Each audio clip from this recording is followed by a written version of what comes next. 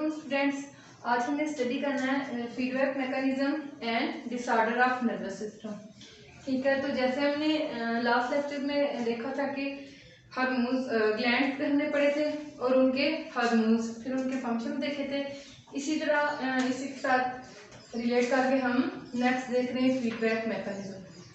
तो feedback mechanism basically होता क्या है, एंडोक्राइन सिस्टम के बारे में हमने पढ़ा था। ठीक है, यानी कि एंडोक्राइन ग्लैंड सारे पढ़े थे हमने। तो अब एंडोक्राइन ग्लैंड से सिक्रीट होने वाले जो हार्मोन थे वो कांस्टेंट रेट पे सिक्रीट नहीं हो रहे थे, बल्कि क्या होता है कि सम टाइम उनका रिस्पांस कभी ज़्यादा हो जाता है, कभी लेस हो जाता है। तो क्या होता है कि वही जो हार्मोन ज़्यादा रिलीज हो रहा है वो क्या करता है, वही रिस्पांस देता है कि जो बैलेंस है वो बरकरार हो सके या फिर मेंटेन हो सके। तो इसको हम किसका नाम देते हैं, फीडबैक मैकेनिज्म। इसमें क्या होता है कि बेसिकली हार्मोन जो होते हैं वो इन्वॉल्व होते हैं इसमें फीडबैक मैकेनिज्म में। ठीक है, तो इसकी 2 टाइप्स होती हैं। कौन कौन सी, negative feedback mechanism and positive feedback mechanism. अब होता क्या है कि पॉजिटिव और नेगेटिव में डिफरेंस, यानी हम फर्स्टली डिस्कस करते हैं नेगेटिव को। ठीक है, तो नेगेटिव में क्या होता है कि जो रिलीज हो रहा होता है वो क्या करता है, जो हार्मोन जो है वो रिलीज हो रहा था वो डिक्रीज करता है दूसरे को। यानी हम देखते हैं नेगेटिव में और पॉजिटिव में डिफरेंस। नेगेटिव हमने इसकी क्या देखा कि इसकी फीडबैक मैकेनिज्म की कितनी टाइप्स है, 2 types, negative and positive feedback mechanism. तो हमारी बॉडी में जैसे हमें पता है कि डिफरेंट टाइप्स के ग्लैंड है। ठीक है, उनसे मतलब उन ग्लैंड से क्या हो रहे हैं, उनके अपने अपने हार्मोन्स रिलीज हो रहे हैं। हर हार्मोन का जो है अपना डिफरेंट फंक्शन है। तो अब क्या होता है कि नेगेटिव में क्या होता है कि अगर एक चीज़ जो है वो इंक्रीज हो रही है तो दूसरी क्या होगी, डिक्रीज हो जाएगी। ठीक है, क्या होगा, अगर एक चीज इंक्रीज हो रही है तो दूसरी क्या होगी, डिक्रीज हो जाएगी। रिलीज होने वाली जो चीज है वो दूसरी को डिक्रीज कर देगी, यानी बैलेंस मेंटेन करने के लिए। तो हम इसकी एग्जांपल देखते हैं कि पेंक्रियास। ठीक है, तो पेंक्रियास क्या करती है, पेंक्रियास से रिलीज होता है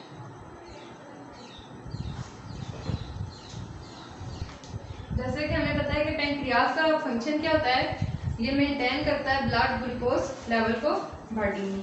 तो अब इसमें पेंक्रियास के हमें पता है कि हार्मोन कौन कौन से हैं, ग्लूकागॉन और इंसुलिन। ठीक है, तो एग्जांपल हमने किसकी ली है, पेंक्रियास की। कि अगर क्या हो, हमने इससे बात की कि अगर एक हार्मोन जो है वो ज़्यादा रिलीज हो रहा है तो दूसरा क्या होगा, लेस हो जाएगा, यानी उसको मेंटेन करने के लिए। तो इसमें क्या होगा कि अगर इंसुलिन का लेवल जो है या ग्लूकागॉन का क्या होगा लेवल ज़्यादा जो है वो ज़्यादा सिक्रीट हो रहा है, तो क्या होगा, पेंक्रियास क्या करेगा, इंसुलिन को सिक्रीट कर देगा। ठीक है, इंसुलिन को सिक्रीट इसलिए करेगा कि वो जाके क्या करे, वो उसकी सिक्रीशन हो और वो इसके लेवल को डिक्रीज कर दे। ठीक है,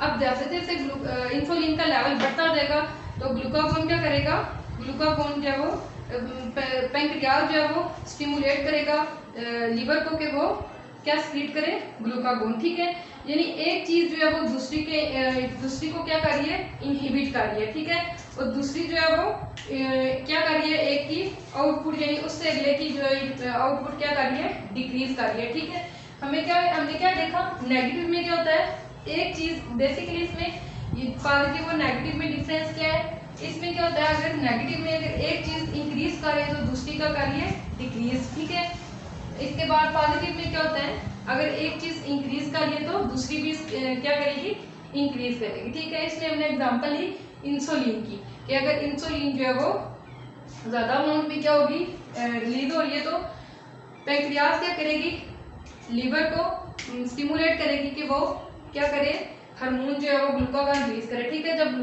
जब इंसुलिन ज्यादा वो रिलीज होता जाएगा तो ग्लूकागॉन का लेवल क्या हो जाएगा, डिक्रीज हो जाएगा। ठीक है, इसी तरह अब हम पॉजिटिव की बात करते हैं। तो पॉजिटिव में क्या होता है कि हमने बात की कि जितनी आउटपुट आ रही होती है यानी दूसरे की भी जितना वो इंक्रीज कर रहा होता है दूसरा भी क्या करेगा उतना ही इंक्रीज होता जाएगा। ठीक है, हम इसमें बात करते हैं चाइल्ड बर्थ की। ठीक है, यानी जब हम जो बेबी बॉर्न होता है उसको हम क्या बोलते हैं, इन्फेंट। तो इन्फेंट क्या करता है, अपनी मदर की बॉडी से जब फीड करता है तो सक्लिंग के दौरान जो मदर के अंदर ऑक्सीटोसिन, सक्लिंग के दौरान क्या होता है, ऑक्सीटोसिन बढ़ता है। ठीक है, तो उसके बढ़ने से क्या होता है, मिल्क प्रोडक्शन भी साथ बढ़ती जाए। ठीक है, तो ये किसकी एग्जांपल होगी, पॉजिटिव की, यानी हम देख रहे हैं कि एक चीज के बढ़ने से दूसरी भी साथ जो है वो इंक्रीज कर रही है। तो क्या हो गया कि हम आप लास्ट पे इनका डिफरेंस देख लेते हैं। ठीक है, आप लास्ट में देखेंगे इनकी डेफिनेशन में मैंने बताया है कि नेगेटिव में उन्होंने कहा है कि क्या हो रहा है, अगर एक हार्मोन जो है वो इंक्रीज हो रहा है। ठीक है, नेगेटिव की बात करें, अगर एक हार्मोन जो है वो बॉडी में ज्यादा हो रहा है प्रोड्यूस, तो दूसरा क्या होगा, दूसरा लेस जो है वो हो जाएगी। ठीक है, उसकी कंसंट्रेशन लेस हो जाएगी। ठीक है, तो इसी तरह अब पॉजिटिव की बात करें कि पॉजिटिव में क्या हो रहा है, जैसे हमने एग्जांपल ली, ठीक है, इन्फेंट की, तो इसमें क्या हो रहा है, एक चीज जो है अगर एक जो बढ़ है तो दूसरा भी साथ क्या होगा, इंक्रीज हो रहा है। ठीक है, ये सारा हो गया फीडबैक मैकेनिज्म। अब हम बात करते हैं नर्वस सिस्टम के डिसऑर्डर्स की। तो हम डिसऑर्डर्स यानी कि नर्वस सिस्टम में कोई भी डिजीज या नर्वस सिस्टम हमारा जो वो प्रॉपरली अगर वर्क ना करे तो उससे क्या होता है, डिसऑर्डर कॉज हो जाते हैं। ठीक है, तो इसकी भी डिसऑर्डर इसमें दो डिस्कस किए हुए। ठीक है, कौन कौन से, vascular disorder and functional disorder.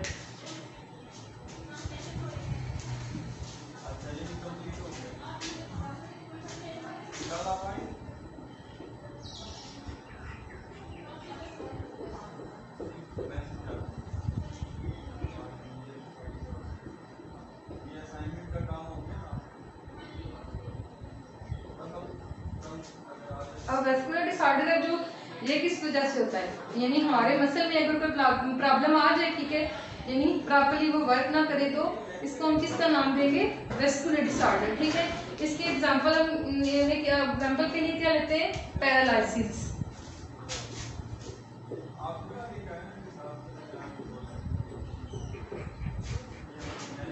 इसी तरह फंक्शनल डिसऑर्डर है तो इसमें क्या होगा, ज़ाहिर जब मसल में प्रॉब्लम आ गई, वो प्रॉपर वर्क नहीं करेंगे तो क्या होगा, इसी तरह फंक्शनल डिसऑर्डर हो जाएगा। ठीक है, यानी बॉडी में जो है फंक्शनिंग प्रॉपर तरीके से नहीं हो पाएगी। ठीक है, तो इसकी एग्जांपल में हम क्या लेते हैं, एपिलेप्सी।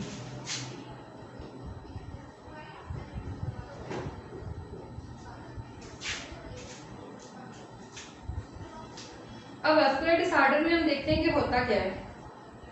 अब जो हमारी ब्लड सप्लाई होती है यानी नर्वस सिस्टम तक, ठीक है, तो अगर इसमें कोई प्रॉब्लम आ जाती है, यानी जो ब्लड वेसल्स होते हैं जो ब्लड सप्लाई कर रहे होते हैं नर्वस सिस्टम को, अगर इनमें कोई डिस्टर्बेंस आ जाए, ठीक है, या फिर क्या हो, ये प्रॉपर्ली जो है वो वर्क ना करें, या क्या हो, वेन जो है वो किसी वजह से ब्लॉक हो जाए, ठीक है, तो इसको हम किसका नाम देंगे, वैस्कुलर डिसऑर्डर का। ठीक है, इस तरह इस ऑर्डर को हम, इसकी एग्जांपल हमने क्या लिए, पैरालिसिस। ठीक है, यानी पैरालिसिस जो होती है वो बॉडी के किसी एक पार्ट जो भी हो सकती है, या होल बॉडी भी हमारी जो है वो पैरालाइज हो सकती है। ठीक है, इसी तरह हम फंक्शनल डिसऑर्डर को देखते हैं तो फंक्शनल में क्या होता है, फंक्शनल की हमने बात की ना कि इसमें क्या है कि हमारी जो बॉडी की फंक्शनिंग है वो डिस्टर्ब हो जाती है। ठीक है, तो नर्व इम्पल्स की जनरेशन या फिर जो ट्रांसमिशन होती है इसमें कोई मसला हो जाए, ठीक है, यानी जो नर्व इम्पल्स जनरेट होती है या फिर जो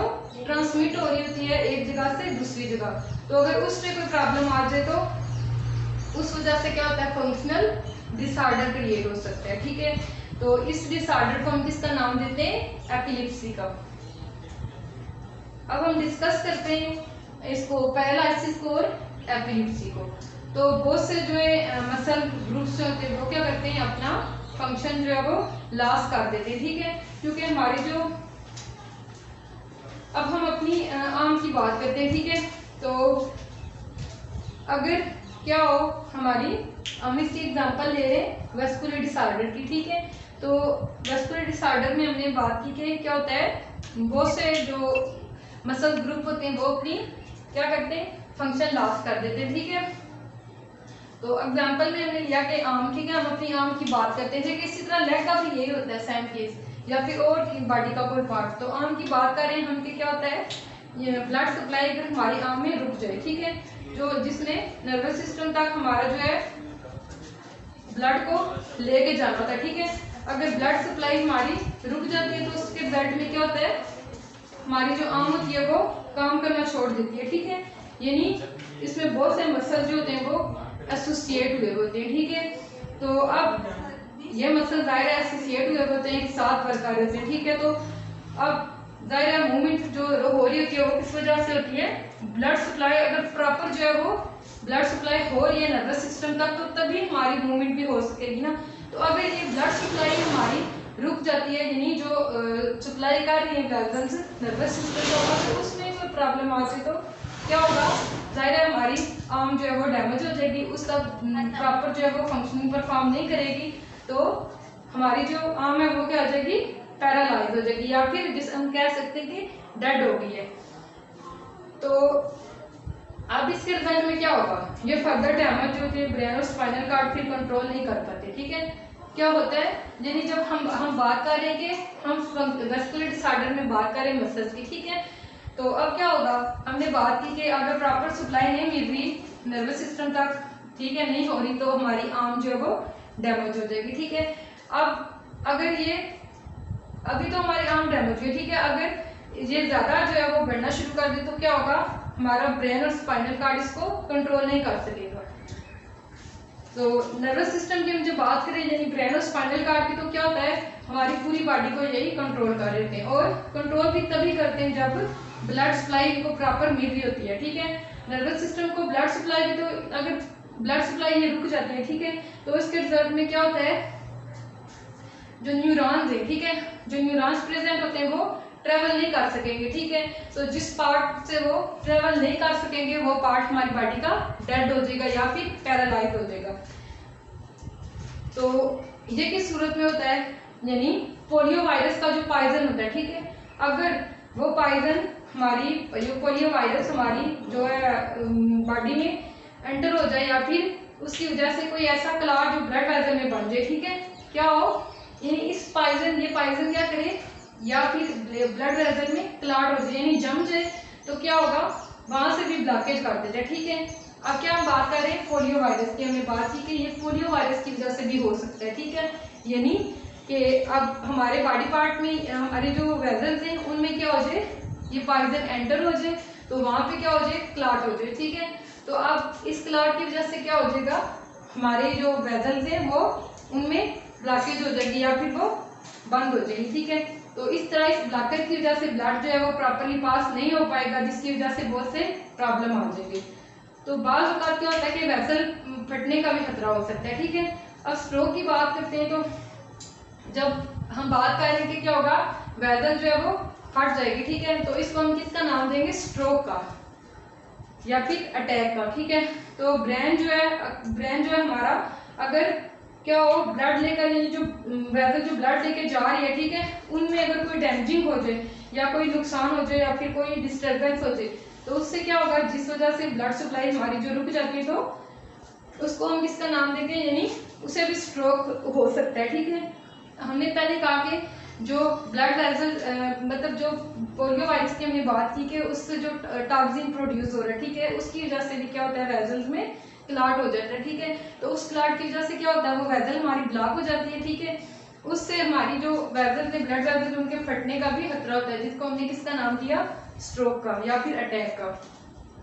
इसी तरह हमने कहा कि अब जो वेसल्स होती हैं जो ब्लड लेके जा रही होती हैं ब्रेन तक, ठीक है, अगर उनमें भी कोई डैमेजिंग या फिर कोई भी डिस्टर्बेंस आ जाए उनके रास्ते में, तो उससे भी क्या हो सकता है, स्ट्रोक हो सकता है, यानी पूरी बॉडी हमारी जो वो पैरालाइज हो सकती है। अब वन साइड में अगर पैरालाइज हो, तो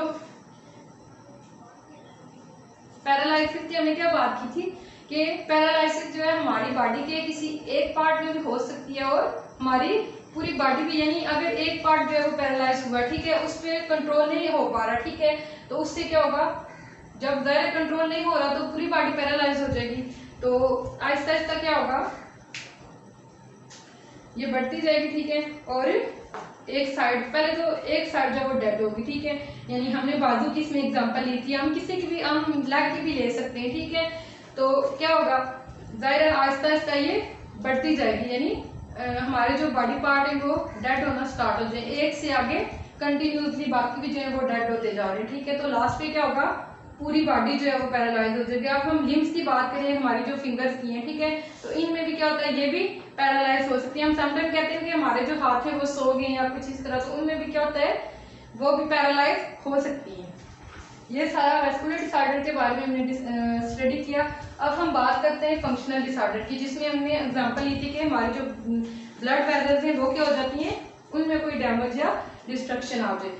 तो ये भी एक क्या है, नर्वस डिसऑर्डर है। इसमें क्या होता है, अब नॉर्मल या फिर रिसेसिव डिस्चार्ज हो जाता है, ठीक है। यानी नर्व इम्पल्स का ब्रेन में यानी डिस्चार्ज होती है, डिस्चार्ज होना शुरू हो जाती है नर्व इम्पल्स, क्योंकि जो जनरेशन और ट्रांसमिशन में प्रॉब्लम आ जाती है, ठीक है। नर्व इम्पल्स के जनरेशन और ट्रांसमिशन में मसला हो जाता है, कौन से वाले में, फंक्शनल डिसऑर्डर में, ठीक है, जिन्हें उसका फंक्शन डिस्टर्ब हो जाता है। अब वो इरेगुलर तौर पे क्या हो जाती है, जनरेट होना स्टार्ट हो जाती है, ठीक है। जैसे जब हमने बात की कि वो डिस्टर्ब हो जाती है, तो इसमें वो इरेगुलरली जनरेट होना स्टार्ट हो जाती है, ठीक है, जिसकी वजह से क्या होता है, एपिलेप्सी कॉज हो जाती है। एपिलेप्सी हमने किसकी एग्जांपल में लिया था, फंक्शनल डिसऑर्डर।